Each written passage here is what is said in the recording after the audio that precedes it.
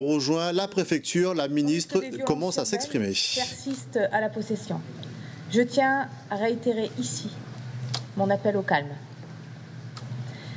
Mesdames et messieurs, depuis ce matin, je suis au contact des Réunionnaises et des Réunionnais, avec eux, parmi eux. J'ai rencontré des Réunionnais, certains portant des gilets jaunes, et je continuerai à le faire dans les jours à venir. Car ce mouvement, que je distingue nettement de ceux qui cherchent le chaos, exprime un malaise profond qu'il nous appartient d'entendre. J'ai également rencontré les représentants des syndicats, j'ai rencontré des élus et je poursuivrai ces rencontres dans les jours à venir avec l'ensemble des forces vives du territoire. Je tiens à donner une place à chacun, à prendre en considération l'ensemble des points de vue qui s'expriment. Car je ne doute pas de la sincérité de chacun des Réunionnaises et des Réunionnais dans leur appréhension de cette crise et des solutions qu'il nous appartient collectivement de construire. Tous le reconnaissent. Les attentes, l'exaspération ou les espoirs exprimés dépassent les conflits sociaux auxquels chaque territoire est confronté régulièrement. C'est le modèle réunionnais dont nous sommes tous profondément fiers et qui, pour tous, était synonyme de réussite, qui est aujourd'hui questionné. J'aurai l'occasion, dans les jours à venir, de m'exprimer plus longuement sur cette question de fond qui interpelle tous ceux qui connaissent et qui aiment la Réunion. Il me semble cependant indispensable, dès à présent, de proposer un certain nombre de mesures sociales qui, à très court terme, doivent permettre en partie de répondre aux attentes de ceux qui sont aujourd'hui en difficulté et pour répondre aux premières demandes que j'ai entendues ce matin. D'abord, je tiens à rappeler que ces mesures concrètes prendront effet au 1er janvier 2019 et bénéficieront aux Réunionnaises et aux Réunionnais. Pour 60 000 Réunionnais qui bénéficient de la prime d'activité qui complète le revenu des travailleurs modestes, celle-ci sera augmentée de 360 € par an. 80% des foyers vont bénéficier de la baisse de la taxe d'habitation. C'est 65 millions d'euros de pouvoir d'achat qui est rendu aux Réunionnais. Pour les personnes âgées, le minimum vieillesse sera porté à 900 € par mois. Et pour les retraités, les plus fragiles, ils n'auront absolument pas d'augmentation de la CSG. Une personne en situation de handicap, vous l'avez entendu, m'a interpellée ce matin. Eh bien, je veux lui dire que les bénéficiaires de l'allocation adulte handicapé seront portés à 900 €. Tous les salariés du territoire verront leurs heures supplémentaires être exonérées de cotisations salariales, ce qui permettra un gain de 250 € par an. Tous les Réunionnais bénéficieront d'une prise en charge à 100% par la Sécurité sociale des frais pour les lunettes, les soins dentaires et les prothèses auditives.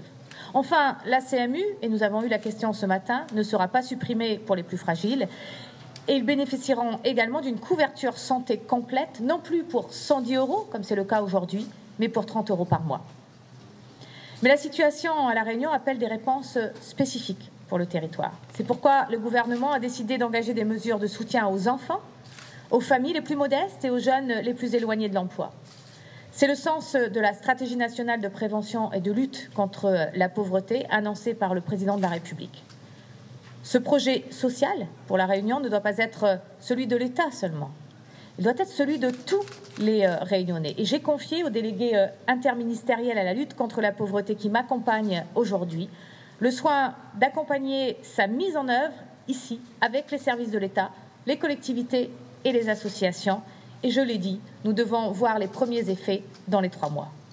Il y aura à la fois à répondre à l'urgence, aux fins de mois qui commencent le 10 du mois, c'est ce qu'on a entendu ce matin, mais aussi relier le social au développement économique pour que le droit à l'avenir ne soit plus une promesse creuse, notamment pour toute notre jeunesse. Un travail de fond va donc s'engager avec l'État, les collectivités, les associations. Vous allez pouvoir fixer les priorités ici à La Réunion et décider d'un projet social qui tienne compte de besoins spécifiques de La Réunion. Mais je tiens à annoncer dès ce soir des éléments concrets autour de 3 priorités. La première priorité, c'est l'enfance et le soutien aux familles. Nous savons tous que les inégalités frappent dès la plus petite enfance. Nous savons la situation de parents désemparés, parfois très jeunes, de mères isolées, livrées à elles-mêmes. Pour y répondre, nous allons développer l'offre d'accueil du jeune enfant. La CAF va s'engager à créer à La Réunion 1500 nouvelles places de crèches dans les territoires fragiles et à l'intérieur de l'île. Cela vient à compléter, bien sûr, ou en complément du tiers payant pour payer les assistantes maternelles. Nous allons créer 15 nouveaux centres sociaux de proximité dans l'ensemble du territoire réunionnais qui comprendront des possibilités de garde comme de crèche. Nous allons créer 5 points conseil budget pour accompagner les familles dans la gestion de leur budget, les informer sur leurs droits et faciliter les démarches. Pour l'accès à l'alimentation à bas prix, nous allons déployer un programme pour permettre la baisse du prix des produits alimentaires pour tous les tout-petits, comme le lait maternisé.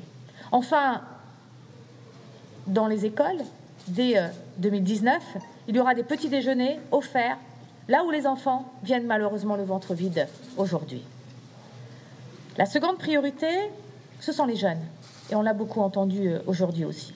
La Réunion compte 63 000 jeunes, ni en études, ni en emploi, ni en formation. Nous allons multiplier les offres d'accompagnement, avec une obligation de formation qui va contraindre les acteurs publics à proposer une offre de formation à tout jeune de moins de 18 ans. Avec des moyens supplémentaires pour les missions locales, à la fois pour aller chercher les jeunes dans les quartiers, là où ils sont, les informer, les accompagner vers l'emploi, améliorer la prise en compte de leurs besoins, des besoins de mobilité, des besoins de logement, et financer enfin des actions pour que les jeunes, aujourd'hui sans perspective, puissent voir l'avenir d'une manière plus heureuse. Accompagner aussi avec une augmentation de l'accompagnement des écoles de la deuxième chance et avec la création d'une nouvelle école dans le Nord. La troisième priorité, c'est d'investir massivement dans l'accompagnement vers l'emploi. Nous voulons sortir des politiques sociales par les prestations pour investir massivement sur l'accompagnement vers l'emploi. Muriel Pénicaud a annoncé il y a quelques jours, ici à La Réunion, que le plan d'investissement dans les compétences serait doté de 253 millions d'euros pour développer l'offre de formation avec la région. Au total, cela porte à 350 millions d'euros l'engagement supplémentaire de l'État. Pour les allocataires du RSA, nous voulons sortir, et je l'ai dit ce matin, des parcours cloisonnés entre accompagnement social et accompagnement professionnel. Et vous l'avez entendu ce matin également. C'est ce qui nous a été demandé plusieurs fois. La réponse est là. Cela fait des décennies que cela ne marche pas. Alors il fallait échanger. C'est pourquoi nous allons déployer sur tout le territoire un accompagnement global entre Pôle emploi et le département dès 2019, revoir les procédures d'instruction et d'orientation des allocataires et renforcer surtout le contrôle des engagements réciproques. Cet accompagnement renforcé sera concrétisé par l'augmentation, bien sûr, de moyens de l'insertion par l'activité économique, qui permettra d'accompagner 1500 personnes de plus chaque année. Nous allons aussi soutenir davantage les associations qui accompagnent les plus fragiles. Vous savez, je l'ai dit ce matin, combien je souhaite soutenir les associations réunionnaises qui font un travail important sur les territoires et qui demandent des moyens supplémentaires, notamment les associations qui ont notamment pour accompagner les Réunionnais qui ont des besoins sanitaires, ainsi que les chômeurs de longue durée. C'est aussi des questions qui m'ont été posées. Enfin, nous allons proposer des moyens supplémentaires aux collectivités et en premier lieu aux départements, assortis d'exigences de suivi et de résultats pour favoriser l'accès aux droits, le soutien aux jeunes issus de la protection de l'enfance, mais aussi les politiques d'insertion.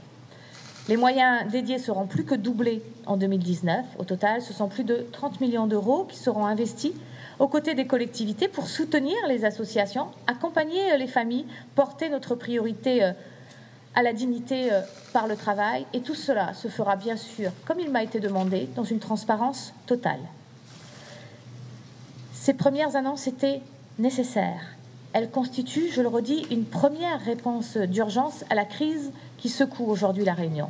Elles seront suivies par d'autres, mais je tiens à mettre à profit, et je l'ai dit aussi dans mes rencontres aujourd'hui, le temps que je vais passer ici pour définir avec tous mes interlocuteurs, élus, chefs d'entreprise, responsables associatifs, gilets jaunes, organisations syndicales, d'autres propositions en matière d'emploi local, d'accès aux services publics essentiels, de pouvoir d'achat, mais aussi d'institutions et de participation citoyenne. Je tiens également à rappeler que j'ai dit ce matin aux Gilets jaunes, le mouvement n'est pas sans conséquences.